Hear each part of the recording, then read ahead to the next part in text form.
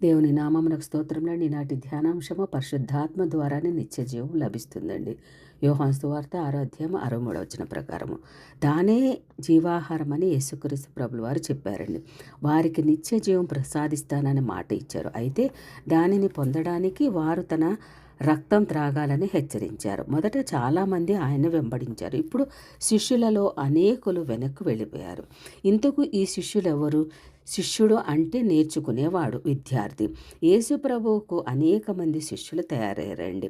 వారంతా ఆయన దగ్గర నేర్చుకుంటూ ఉన్నారు. అయితే చాలామంది ఇంకా నమ్మలేదండి. ఈ శిష్యులు ప్రభు బోధ చాలా కఠినమైంది, అంటే గ్రహించడానికి కాదు పాటించడానికి కష్టమైంది అన్నారు.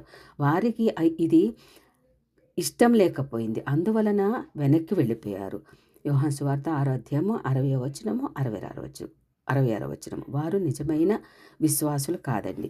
వారు ఆలోచిస్తున్నది ఏమంటే ప్రభువు నాకు తెలుసు. యోహాను సువార్త 6వ అధ్యాయము 61వ వచనం ప్రకారము తాను పరలోకం నుండి దిగి వచ్చానంటే వారికి ఆ సంగతి అర్థం చేసుకోవడం కష్టమైపోయింది అన్నమాట. తాను పరలోకానికి తిరిగి వెళ్తాను అంటే వారేమనుకున్నారు? యోహాను సువార్త 6వ అధ్యాయం 62వ వచనం ప్రకారము మనిషి ప్రయత్నము ద్వారా నిత్య జీవము లభించదు. ఎందుకంటే యేసు ప్రభు మాటలు నమ్మితే పరిశుద్ధాత్మ కార్యం జరిగిస్తే నిత్య జీవము లభిస్తుందండి. యోహాను సువార్త 6వ అధ్యాయం 63వ వచనం ప్రకారము ప్రభువు తన 12 మంది శిష్యులను కూడా పరీక్షించారండి.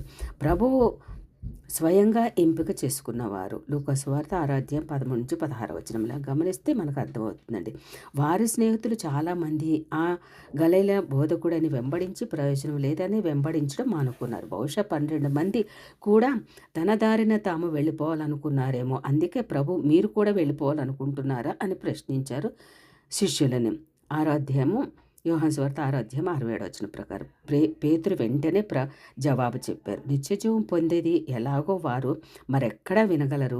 యేసుక్రీస్తే దేవుని కుమారుడు అని పేతురు చెప్పారండి. యోహాను సువార్త 6వ అధ్యాయం 69వ వచనం ప్రకారం 67వ వచనంలో ప్రభు మనల్ని కూడా ఈ ప్రశ్న అడుగుచున్నారు. ప్రభువును వెంబడించడం అంటే మాటలు కాదండి. ప్రభువుకు ఇష్టం లేకపోతే మనకు ఇష్టమైన వాటికి మనము అటువైపుకు వెళ్ళకూడదండి.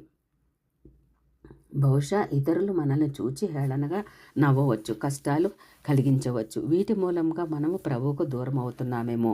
యూద తనను ఎన్నడూ నమ్మడని ప్రభువునకు బాగా తెలుసు. అయినా 12 మందిలో ఒకడిగా వారిని ఎంపిక చేసుకున్నారు. అతన్ని ఎందుకు ఎంపిక చేసుకున్నట్లు ఏమో మనకు తెలియదు. యేసు ప్రభు ఏ తప్పు చేయలేదని తర్వాత యూద ఒప్పుకున్నాడు. మత్తయి సువార్త 20వ అధ్యాయము 4వ వచనంలో అవిశ్వాసి అయిన యూదా కూడా యేసు పాపరహితుడని ప్రధాన యాజకులు ఎదుట బహిరంగంగా చెప్పాడండి. ఈ సాక్ష్యం చాలా ముఖ్యమైనదండి. ఒక వ్యక్తి యేసు ప్రభుకు అత్యంత సన్నిహితంగా వచ్చి కూడా ఆయన నమ్మకపోవచ్చు అనే సత్యము యూదా జీవితము మనకు నేర్పిస్తుందండి. ప్రభువుతో అతడు 3 సంవత్సరములు ఉన్నాడు, అయినా ఆయన నమ్మలేదు. ఒక వ్యక్తి తల్లిదండ్రులు క్రైస్తవులై ఉండవచ్చు, క్రైస్తవులతో కలిసిమెలిసి తిరిగి ఉండవచ్చు, రక్షణ పొందడం ఎలాగో కూడా తెలుసుకొని ఉండవచ్చు, అయినా క్రైస్తవుడు కాకపోవచ్చు. నీవు యేసుక్రీస్తుని నీ రక్షకుడుగా ప్రభువుగా అంగీకరిస్తున్నావా అని మనల్ని మనం ప్రశ్న వేసుకొని దేవుడిని మనం నిజరక్షకుడుగా ప్రభువుగా మనం ఒప్పుకోగలిగితే దేవుడు రక్షణిస్తాడండి. ఆమేన్.